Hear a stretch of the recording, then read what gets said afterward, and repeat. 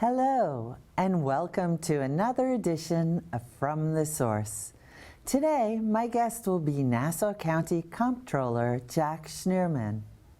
Elected to office in 2017, he has worked in government in numerous capacities. He earned his master's degree in public policy from Harvard University John F. Kennedy School of Government. Currently, he lives in Long Beach with his wife, Joan, and 2 children. Here to speak about Nassau County finances is Jack Schnirman. Thank you for coming on to the show, Jack. I'm so happy to have you here.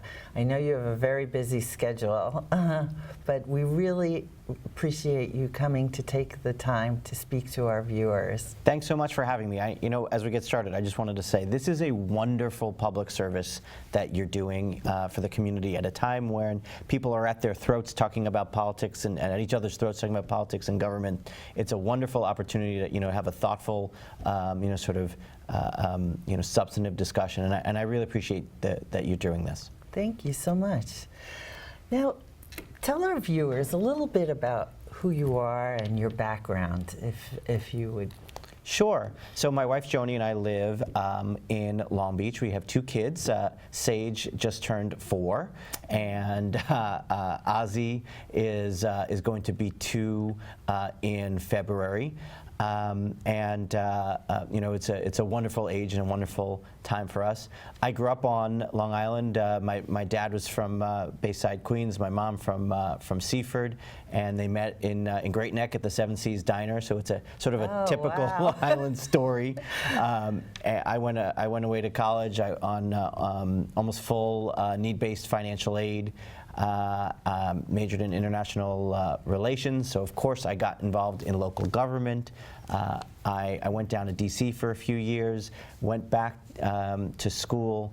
I got a master's in public policy. From Harvard, I understand. Yes, from Harvard at the Kennedy School of Government, and I just looked at it as getting involved in government is a way to make a difference, and that sort of means everything to me, and that's sort of what makes me tick. So I came back to Long Island. I got involved.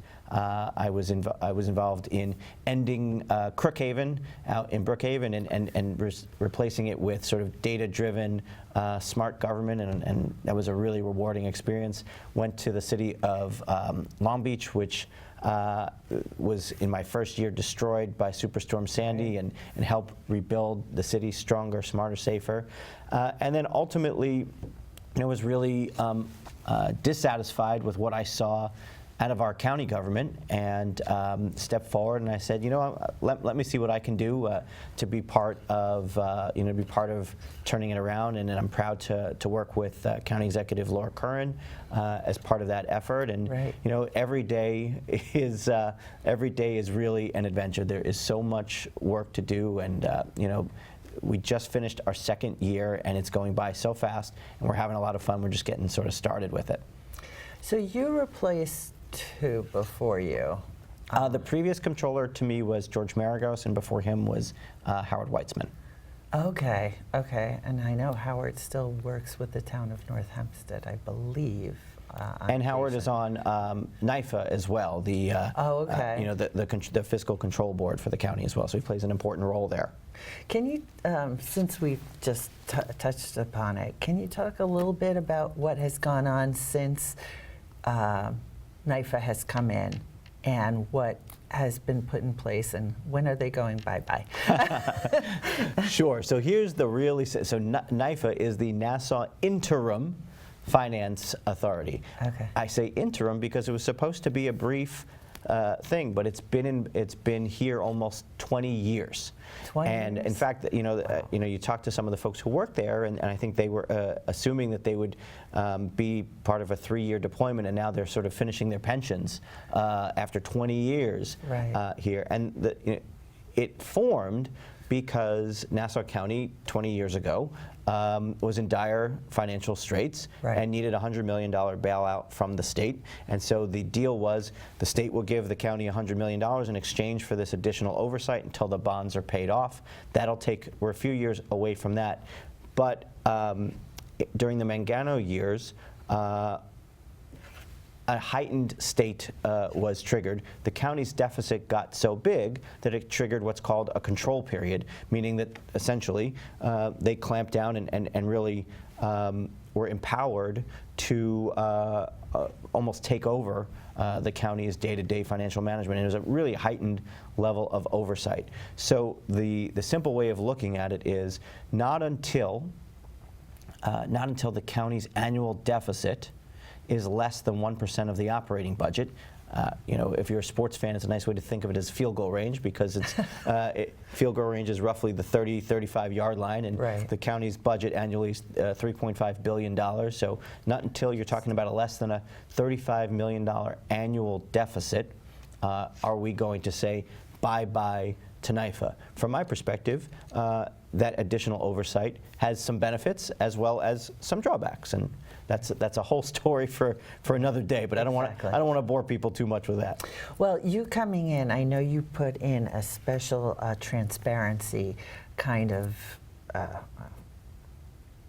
in your position. Can you talk to us about that? Absolutely. So, I see my role as the fiscal watchdog for the county, right? We watch out for your money so that the county can invest your tax dollars where they belong and the services that residents care about, whether that be roads or parks or the things that make our quality of life here on Long Island what's really valuable to us. And one of the things that we saw coming in is there had been this very long debate about, does the county have a surplus or a deficit, and it depended if you looked at it this way or that way.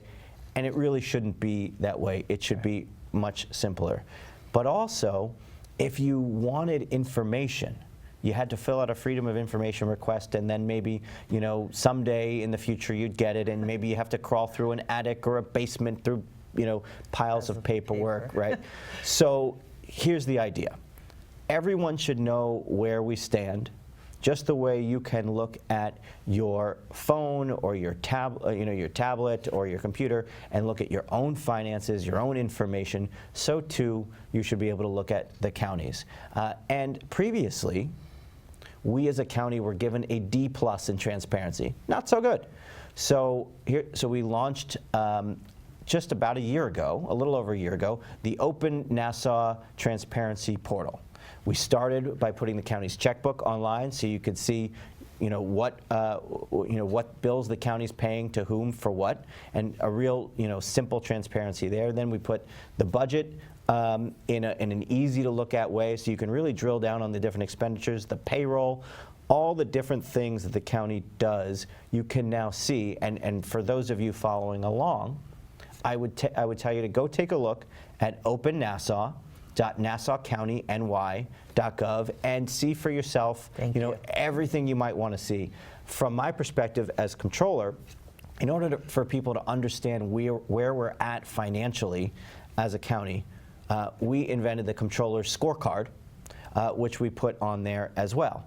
So that gives you a sense of looking at the county's finances through the most important things that we look at, and you can see what's green, what's yellow, what's red. It's nice, easy to look at, right? You see, are we for any given measure, are we green, are we yellow, are we red? Also, it'll tell you, are we trending in the right direction or the wrong direction? So at a glance, you can get a really good overview, and obviously you drill down and in some real detail, the county's finances are laid out there. What I like about that, and I think what we're getting in terms of feedback that's helpful, is first of all, folks are used to looking at numbers, right? If you're a baseball fan, you know numbers. If you're looking at your finances, you look at numbers. But we wanted to distill it to a bunch of key numbers that are nice and simple to look at. So even if you're not a financial expert, you can look and you can see, where's the county's annual deficit? Okay, that's on red. Not so good. But yet it's going in a better direction, so that's great. We're not yet where we want to be, but we're heading in a little bit of a better direction. So what we did was essentially attempt to distill the complicated financial reports that we do at various intervals throughout the year, to something that anyone can look at and sort of digest relatively quickly. So we just debuted that this past fall. We're still we're always looking for feedback, so I would urge everybody to check out our Comptroller scorecard, see where we're at financially, and give us any feedback as to anything that you think we ought to take a look at, or anything that you think could be clearer or easier to look at. We're always looking to improve. Sounds great. Thank you. Thank you. I know, well, I was going to ask what it means to be controller, but you're obviously telling me that, or telling us that it's all the numbers. So how many audits do you actually work on? So first of all, thank you for asking me. So when we came into the Comptroller's office, I would just say, we set out 4 priorities, and I would just mention, because we just finished our midterm review, as we call it, so to speak. We set out 4 priorities. The first was to open up and modernize the county's finances, because as I mentioned a moment ago, it was hard to figure out where the county was financially, and the county was using very outdated technology, which is both inefficient and not so transparent, and leaves you more open to things like corruption. Secondly, are our audits, and that's something that we make a big.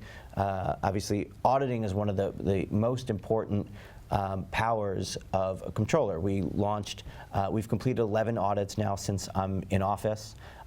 We've identified $23 million in things that are waste, fraud, abuse, inefficiency. We've clawed back for the taxpayer $7.6 million directly as part of our audits, something that we're very proud of as well. We also do living wage audits. So if you're a contractor who's doing business with the county, right, you've got to pay your employees a living wage. And all too often we see that there's cheating there, and we do audits to bring money back for those workers as well. And if anyone has we have a tip line for that. That's 516-571-WAGE. So if there's anyone who sees something they want us to look at, please, by all means, have us jump in there. The third thing is that we're set a priority to really clean up and reform the county contracting system, where the corruption was. And that's something that we've made a big push on in partnership with the county executives administration. And the fourth was for all these things to get the public involved. So one of the first things we did in taking office was to launch our tip line, Report It, Reform It. So that's an email address that anyone can email, Report It, Reform It, at NassauCountyNY.gov. And the idea there is there's all of us have things that we see, right? Right. That drive us crazy. Something that's inefficient, something that doesn't look right, something that we think needs to be looked into. So we invite folks to send us a note at that, and we'll have our team take a look at things. And we've gotten some of our best tips from that have led to audits and investigations and work overall. But one of the major sort of things for our office to do is we audit and approve. So here's what I mean by that. There's 65,000 bills per year that the county pays. And our job is to audit each one before we ultimately approve it. Okay. So our team's job is to ask difficult, sometimes folks find them annoying, questions in order to make sure that everything is up to snuff, so to speak. And in this day and age, that's critical. People may remember the American water issue, and one of the ways that started was our team looked and said, there's this bill. And every month it's about $40, but suddenly it spiked up to $4,000. Wow! So what's going on, right? Exactly. You ask the question. One of the things that surprised us when we took office was that sometimes people don't like those questions. When you ask questions, people say, "Wait a minute, right. Why are you asking this? No one's ever asked this before." And the answer is, this is what we need to do in order to make sure that we're moving things forward, in a way that's secure and makes sense. And sometimes you catch things. So our goal is to move things forward as quickly as possible, because efficiency saves money in and of itself. Make sure that that county vendors get paid on time, and that doing business with the county is something that you want to do, because that's how you increase competition and drive down prices. And that's a really good, healthy thing, and we support our local businesses. but we want to do so in a way that is, with great oversight, and so that's been a real priority for us. What if I was a vendor?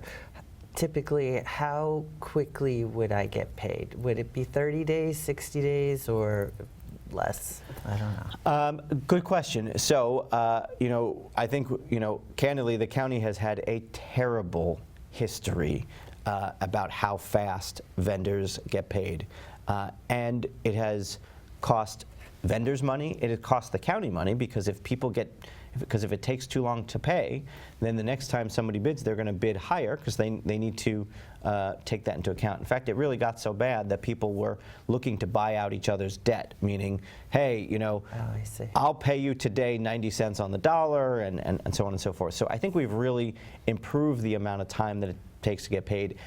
Another piece of the puzzle, and something that we were just working on in the office, is how fast it takes to pay nonprofits as well. And here's what I mean by that.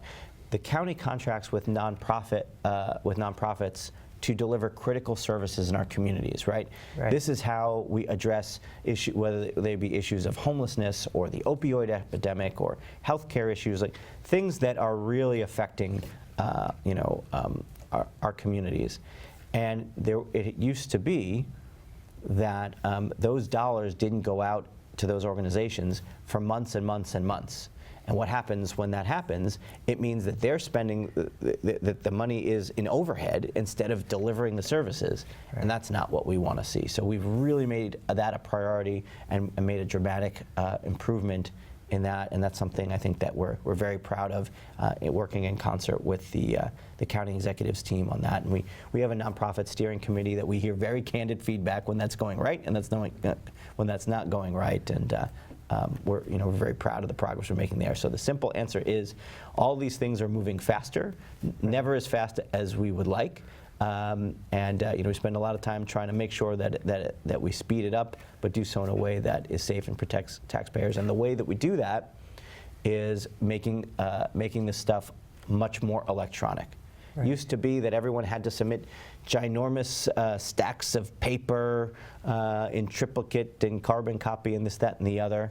And in this day and age, that's just not the most efficient way to do things. Right. Things can move quicker with greater oversight if they're electronic. Okay.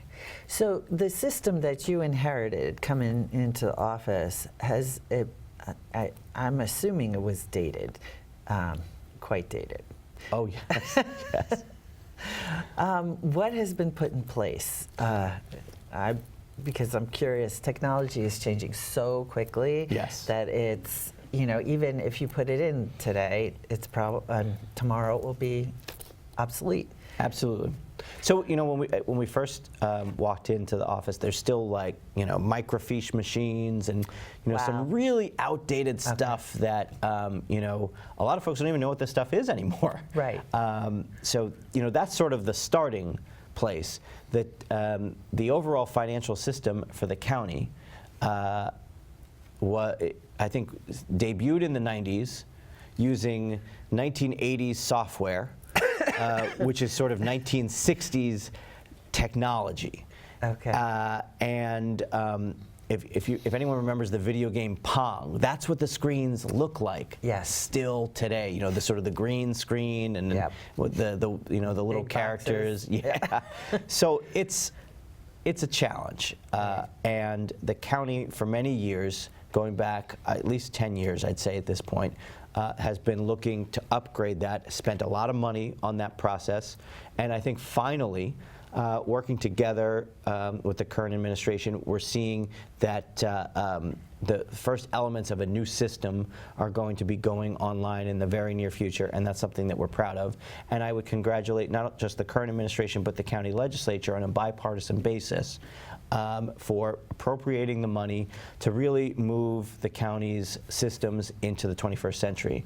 And it is critical, not just because you want to have modern systems, because that's good, but it serves a few purposes. Number one, first of all, it has been cited for years as part of the county's annual audit as a material weakness. A material weakness means this is, for those who are not financial expert, it is a significant deficiency in the county's finances that can be a really big problem, and you never want to get to a place where things just stop working. Right. And that's really the key. Obviously, with modern technology, things move faster. You save money, and that's the name of the game. That's the name of the game. And we want to get the more money that is saved, we get back to that right. We save money so that it can be invested in the services that residents care about, and that's how we, want to push towards being more efficient with residents' tax dollars. So we're making big progress on that. We're making the vendor system electronic. There's now an electronic vendor portal, which is opened in the county, and that's critical for moving that forward. We've launched the Open Nassau portal as well. So we're really moving forward in modernizing the county's technology. And if folks are not sort of technology experts, that's okay. The really important thing to remember is that this stuff moves things faster and saves our money. All right. Well, I know that you're very much involved with innovation, and you've also hosted hackathons, and just knowing from my own son, who loves these things because they're just like such brain trusts as far as I'm concerned. Talk to me a little bit about introducing this at Hofstra University, I believe, right? Yes. So this past fall, we did our first hackathon.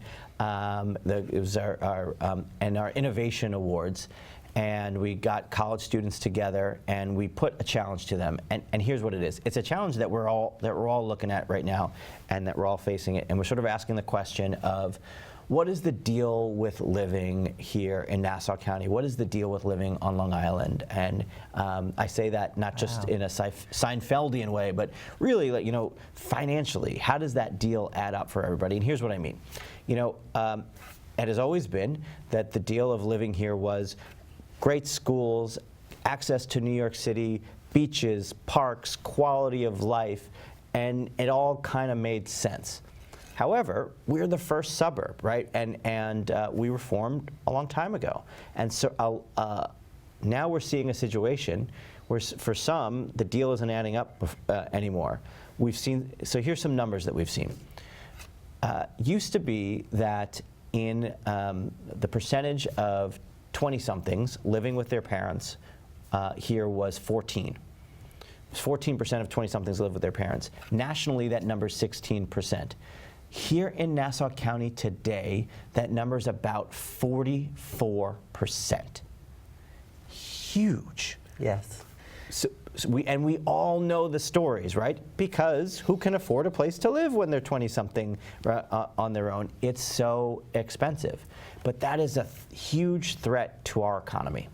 And so what we're seeing is that when those 20-somethings get to be about 35, a big percentage of them who have saved up a little money are making a different choice. They're saying, you know what, I'm going to go to a different region where there's a job, and there may be a job here, but where there's not just a job, but the cost of living is lower. And that's a tough trajectory for our economy, and that is a big, big threat that we need to address. So last summer, we put out a report that coincidentally was co-authored by folks on our team and even our summer interns, which we call Compterns, who are millennials and Generation Z, and it asked these questions. And it looked at these numbers and said, where are we, what's going on?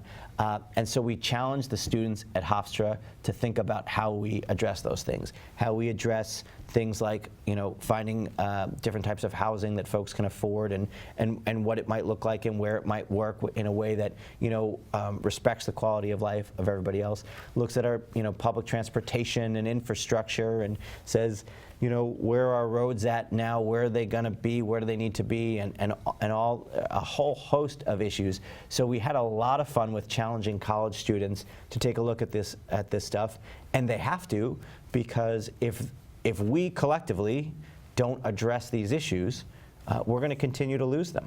And our office launched a policy and research unit when I took office, and one of the things that we wanted to do was to ask questions like not just what the deal of living here is, that's our major sort of thrust, but so what are some of these other places doing?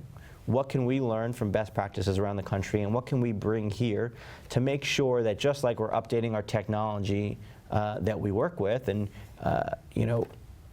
everything in the world has to modernize and update. So as a county, as a region, what can we do to modernize and update ourselves so that we are attractive to the next generation, so that we're attractive to businesses, and all of that means lower taxes for the rest of us, right? It's just that simple. Because if people leave, that means the rest of us are left here to pay those taxes. And I think we would all agree that we can't afford that. Well, that's definitely true. And a lot of people are leaving. Speaking of leaving, the reassessment is part of, does that monies go through your department? So we don't oversee the reassessment in our office. But there's a piece of the puzzle that we do have that I would love to talk about. Great. So, getting back to the concept of we audit things, right? Right. So we finished an audit this past year about the assessment system, specifically focusing on the exemptions. So what does that mean? There's 62 different reasons why you can get an exemption on your taxes. And an exemption is like a discount, right? Right. You're a veteran, you're a senior, STAR is the most common one. There's all sorts of different reasons. And what we saw is that over a period of time, that process was being abused. And when that process is abused, it cost all of us money. What do I mean by that? So if 10 of us live on a street, so to speak, and 1 or 2 of us are getting an exemption that they shouldn't get, the rest of us pay for it. Right. Right? It's people think when it comes to their taxes, they think of it as like going to a casino. You're playing against the house, so to speak. But you're not playing against the house. You're playing against your neighbor. So if your taxes go down, others go up, and so on and so forth. Okay. So what we found was, for a whole host of reasons, we all, as a county, and as your average county taxpayer, was paying about $100 more a year than we really ought to, because of these assessment exemption issues. And we're very happy to see that there's going to be some progress made on that. I can, without getting into all the details of the audit, simply put, the reasons why this were happening were that people were getting the wrong tax breaks for the wrong reasons, and I think we can all agree that that's just not right. Well, thank you so much for joining me today. We have run out of time, but I hope you'll come back because of course. You have so much going on and we want to hear more. Thank you so much. That's all for now. Thank you, and join us again for another edition of From the Source.